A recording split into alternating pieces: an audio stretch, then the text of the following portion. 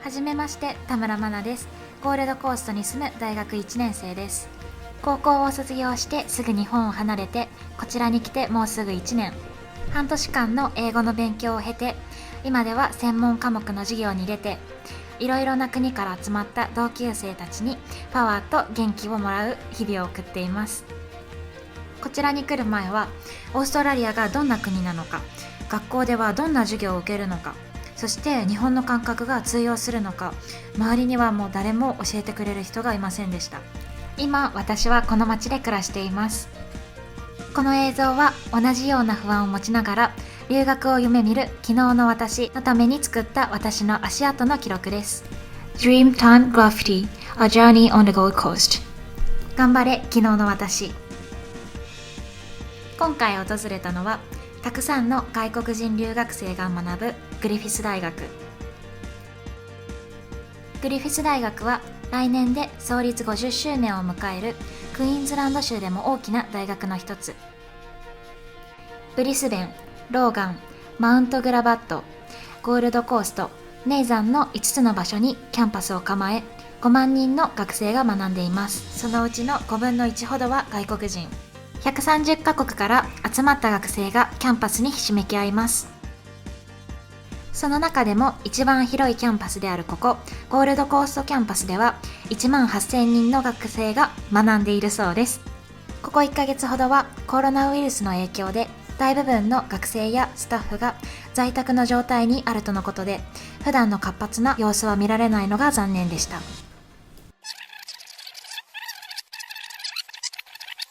グリフィス大学は2つのトラムの駅と直結しています。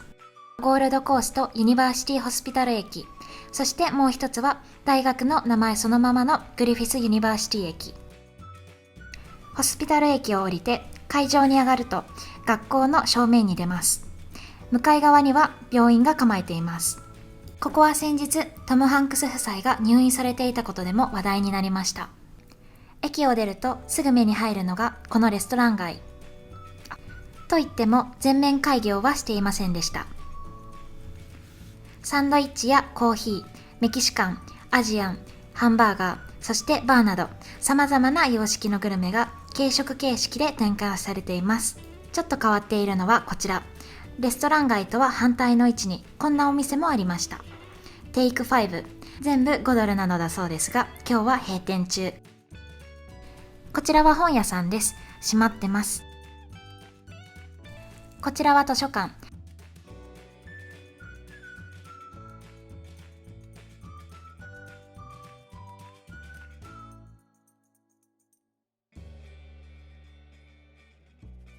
誰もいませんね。そのお向かいには学生センターがあります。ここには様々な手続きをする部門やクリニックが入っています。学費もここで払えます。もちろんネットでも払うことができます。学費はだいたい1年3万オーストラリアドル前後。一部の学部ではもう少し高くなります。ドメスティックの学生や永住権を持つ外国人はそれよりも 30% から 60% 安くなっています。さて、そのお隣にはプールがありました。ここ数日はさすがに人がいないようですね。ちょっともったいない感じがします。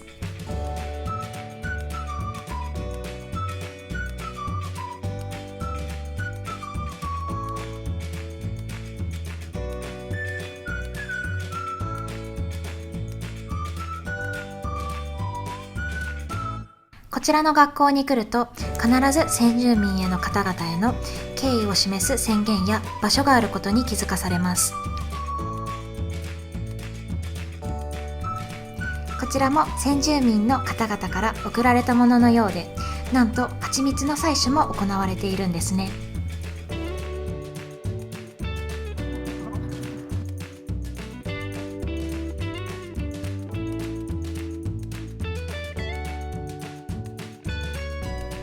こちらは売店ですね。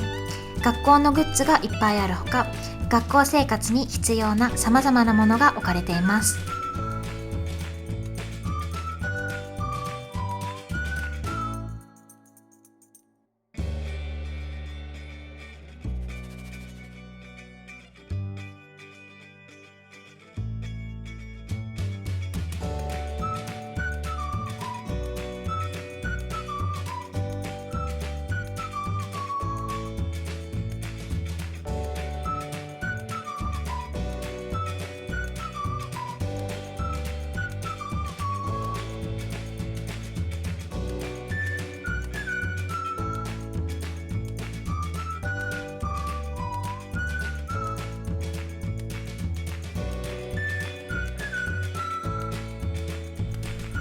隣には美容院や銀行、郵便局が並んでいます。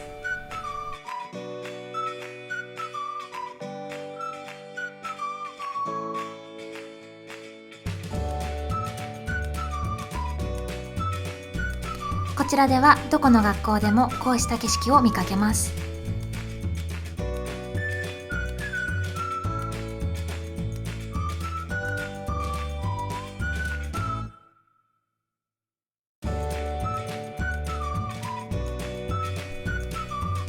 学校の地図ですね。紙の地図もここで入手可能です。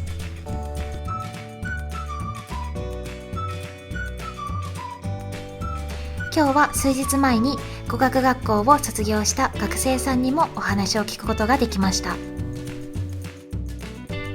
彼はサビックさん、バングラデシュから来た法律家志望の20歳。そしてこちらは私と同い年のほのかさん。彼女は日本の現役大学生で、現在学校の制度を利用して留学されています。お二人から留学前後のことを伺いました。まずはサビックさんから、どうしてグリフィスに来たのか、来てからどう感じたのか、バングラデシュの大学生の考えなどが伺えそうです。I was studying in BRAC University in Bangladesh, which is number one private university of Bangladesh. Wow. But in our country the population is too many. Like students have like more degrees but less opportunity to like get some jobs. So after coming here, if I finish my graduation from here, Griffith University, it will like open up more doors for me to grab those opportunities. Like I can be an international lawyer, or I can stay here and practice here, or I can go back to Bangladesh. So there are lots of doors that is opening for me if I finish my degree from Griffith University. That's why, yeah. I was searching for some universities back in 2019. And Griffith University in that time, Griffith University ranked like top. The law school of Griffith University ranked top of the top from the Australia. So that's why I chose. Like I had offer letter from Curtin University. I have an offer letter from La Trobe University. Wow, that's great. Yeah, but I chose Griffith University just because the law school was doing so good. You knew that. さて、バングラデシュとはどんな国なのでしょうか。場所は近めに見えるこの辺り。でも日本から行くのはかなり不便です。人口は約1億6000万人。人口密度世界一だそうです。そしてなんとアパレル産業では世界で2位につけています。以上、マナのバングラデシュ情報でした。First of all, yeah, less crowded. And secondly, the teaching method is very different from Bangladesh. Like here they want me to be an independent learner. They want me to think creative, so that will help me a lot, because if you are dependent too much on someone or some people, it will make you think less. It won't help you. So Griffith University, after coming here, I've been doing average, so I've been it's good. Yeah, here. Do you think the class in Griffith University is more interactive than? It's the same. In our country, the teacher like expect from us to like have notes what they said, and they gave us some notes, and they expect us to like write those things only. But here it's very different because like they expect us to like refute them, like ask them questions. They don't want to write in the exam that they like always taught what us. they say. Yeah. So yeah, it's very different environment from Bangladesh. Yeah. We used to learn English back from like primary school. Like that's just basic English, and those basic English like we studied from grade 10. Then we have college. Then we have university. So I have studied the basic, but I never I wasn't fluent enough to like speak. And my mother tongue is Bangla, and most of the in our courts or something like most of the things, administration things are like happen in Bangla. So we don't practice too much English. There's not too many because I haven't started my uni yet. So this is like hard for me to answer right now. And I face some difficulties because of online classes, and which I cannot blame Griffith University. That's true. Because that's the situation. You only can blame them. Yeah. So I have like studied before, like 12 years I have studied English, and then came here and again for 15 weeks I have studied 15 English. weeks. Yeah. Dev 6 and Dev 7.1. Do you think your English has improved in that class? I was weak in writing, so my writing was improved a lot. I can that's tell good. that. Yeah. The teachers are very friendly. Like they will support you. Like they are doing their job at the like point best level. Okay. So they are very supportive. And about the scholarship, they asked me to apply after the first semester because I cannot get the scholarship before first semester. So maybe they will like give me 10% scholarship after first semester. Yeah. That's good. I needed 7 point to get into university, and I got 6.5.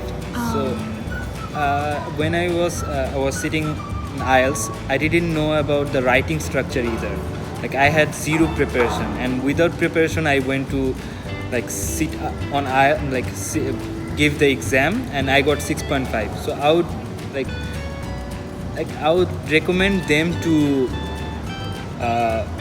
gather more knowledge about IELTS and get the higher points, because here studying is a bit expensive, so that will cost them less. And yeah, I would prefer if I was like It's okay? yeah. Yeah, I get it. ではここで日本人のほのかさんの経験談を伺いましょう。やっぱり日本にいると話す機会ってそんなに多くなかったので、その話すスピーキングの力に関してと、あと私ゲリは大学に行くための準備期間なので、アカデミックなライティングの方法をよく学んでいたので、そこに関して一番伸びたかなと思います。私は交換留学生なので1年間っていう決まりがあって、どこの学部に所属するっていうのがあんまないんですね。日本の大学に一応属している身なので、自分の取りたい授業を何でも取っていいっていう形になってます。実を言うとアメリカに行きたかったんですアメリカに行きたくて、アメリカ、イギリス2つともあって、もともと学科的にそういうアメリカとかイギリスの方が自分の力になると思ってて、なんですけど、イギリスは語学学校の関係上かわからないんですけど、一度語学学校に行くともうそこしか行けない、大学の方に進めないっていう風に言われて、じゃあアメリカにしようってなったんですけど、アメリカが他の上の先輩たちに取られてしまったので、あんまりがなかったんだ。そうです。それで第3希望のオーストラリアになってででもオーストラリア今好きになりました？そうですね。そうですしかもアメリカだったら行けてなかったので、どの道留学に今のこの状況下的に、コロナの状況的にアメリカだともう少し出発が後だったので、そうなんだ。夏になってたので、あれむしろラッキーだったなって今思ってます。本当ですね。払ってるのは語学学校の費用だけです。あとは日々の生活費も全部その100万で月8万っていう考え方みたいで、なのでそれでもうホームステイで、ちょっと足りない時もあり足りないですけど、あとは親からの毎月の仕送りとそれだけなので、親の負担的にだから、もしこうよくやっぱ留学イコールお金がかかるイメージの方ってすごく多いと思うんですよ。実際私もそうでしたし、でもそれでも行きたいって思ってる人いると思うので、なんかもし行きたい人がいたら事前にその大学の制度とか、大学生であれば調べておいたら、お金がかからない道もあるっていう風なことを、それが分かっていればすごく留学に行きやすくなるんじゃないかなって思いますし、4年間で卒業できるんです。学校協定してるので、単位振り替えが全部そっか。してるので、4年間で卒業したいとかっていう方にもすごいいいんじゃないかなって思います。やっぱコロナの状況下で、友達も来てたのが帰ってしまったっていう子が多くて、そうなるとこう自分一人だけこう帰らないといけない状況になってしまった子たちにすごい申し訳ないなとか、あと日本の大学にも留学に行きたかったりというか行ける予定だったのに行けなくなってしまった子っていうのがたくさんいて、その子たちに対しても少しやっぱりこうなんというかこうちょっと申し訳なさ、自分のせいじゃないんですけど、やっぱ自分だけ行けてる状況っていうのがすごく心苦しいなって思うことがあります。やっぱり英語力はいりますよね。そこに関してはすごく自分も忙しくてなかなかこう全部英語のこっちに来るための英語力っていうのは違うじゃないですか。その大学とかで必要とされてる英語力とこっちで必要なスピーキング、日常会話におけるこうスピーキング力っていうのはまた違うなと思うので、そこに関してもっと勉強しておけばよかったって思うこともありますし、あと単語とかもうちょっとちゃんとやっとけばよかったなって今思いますグリフィスの語学学校の件に関して言えばいろんな対応が遅い、やっぱ直前になっていってきたりとか、やっぱ特にこのコロナの状況下においてはいろいろ思いもしなかったこととかがいっぱい起こったり、急にオンラインになったりとか、あとは今回この間テキスト学校からテキスト借りるんですね、語学学校。それを返してくれって言ってきたのも指定日の前日だったりとか、たまたま予定がなかったのでよかったんですけど、しかも時間も限られてね、この時間からこの時間まで、それだったらもうちょっと前に行ってくれないかなとか、なんかテストでこれはテストであるから読んどいてねって言ってくるのに直前だったりとか、もっと前に言ってくれればいろんなこともちゃんと用意してもっとテストに完全に臨めたよねとかで思う時はあります。なんかわからないことをなんかメールとかで送って、その返事も結構遅めですかね。それはちゃんと返してくれますか？いや、早い時は早いんですけど遅い時は遅いかなと思います。ただ私の場合、その友達もう一人交換留学で同じ大学から来た子がいたんですけど、コロナで帰れって学科から私たち奨学金2人とももらってて、またそれとは学校の協定校とは別の形で学科から奨学金をもらってるんですけど、学科が違くてその子の学科は帰れって言っちゃったみたいで、それが金曜の夜だったんですね。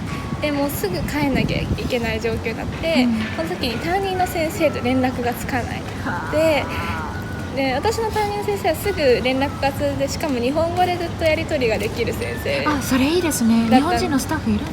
じゃなくて先生が日本語がすごくペラペラな方で、よく連絡を取り合ってたんですね、日本語でなのでその先生に私が連絡してもうその子の担任が連絡つかないのでちょっと連絡取ってもらえませんかって言って。面倒ですね。だから本当に遅い時は遅いと思います。全部もう海外だからっていう一括りにしちゃうタイプなんですよね。何かこう不便なことがあっても、まあ、違う国だから仕方がないとか、まあ、ここは日本だから仕方がないとか、結構そういう風に考えちゃうタイプの人で、なんか留学に行く前にこう友達行く予定だった子たちとかみんなすごい怖いとか不安だとか言ってたんですけど、一切そういうの考えないタイプなんですよ。とりあえず行っちゃえばどうにかなるみたいなタイプの人なので、あんまり不便だなとかって思ったことはないです。まあ、どこに行くにしても買い物バッグが必要なことぐらいですね。あとはカフェで勉強する習慣があんまないとか。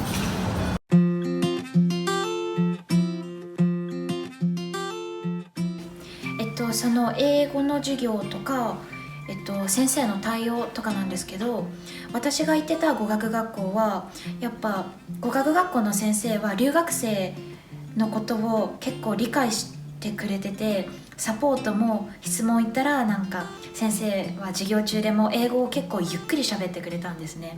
だから私も語学学校の時は結構、90% ぐらいその英語の授業の内容は理解できてたんですけど、私は今その大学の授業を受けていて、やっぱ大学の授業になってくるとやっぱ教授もなんて言うんだろう、留学生もいるし現地の大学生もいるし、そこで留学生に妥協っていうか、なんて言うんだろう、妥協ひいき、英語ができないからってひいきするわけにもいかないんですよ。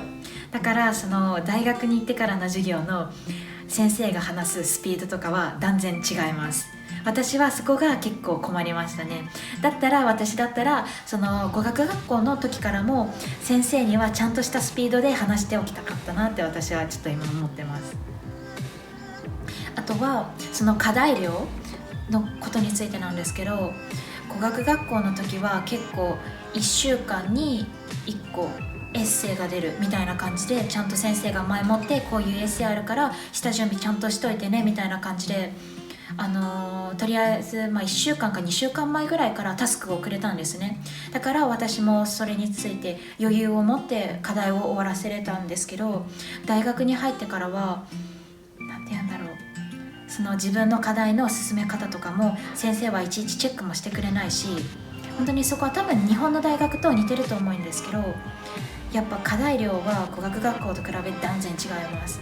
もう毎日絶対やることがあるし、私は結構一日でもサボってたら私は結構追いつけなくなっちゃうので、そこら辺の心の準備はしといた方がいいと思います。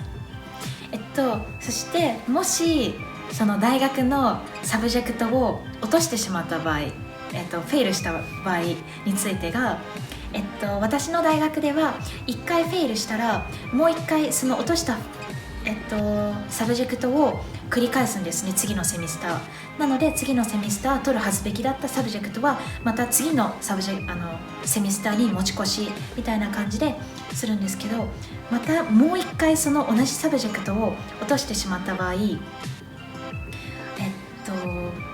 私の大学はラストチャンスとして私のいいところとかをエッセイに書くんですね。それを先生に提出して、私はまだここで勉強したいんですみたいな感じでエッセイを書いたら、もうワンセミスター、ここの大学に入れるんですけど、またもう1回落としてしまった場合は退学になります。なのでみんなそうですね、全ての生徒がもうパスできるようにもうみんな頑張ってます。だいたい私は毎晩大学に勉強しに行ってて、その時も生徒数は結構いますね。やっぱだいたい私は12時ぐらいまで毎日勉強してて、それのもうルーティンですね。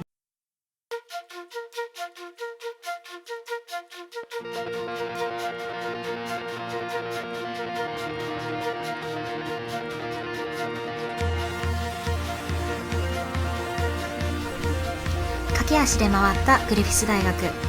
コロナウイルスの波が収まったら、今度はゆっくりと学食グルメの旅をしてみたいと思います。次は街の様子をお伝えできればと思います。では今日はこの辺で。田村真奈でした。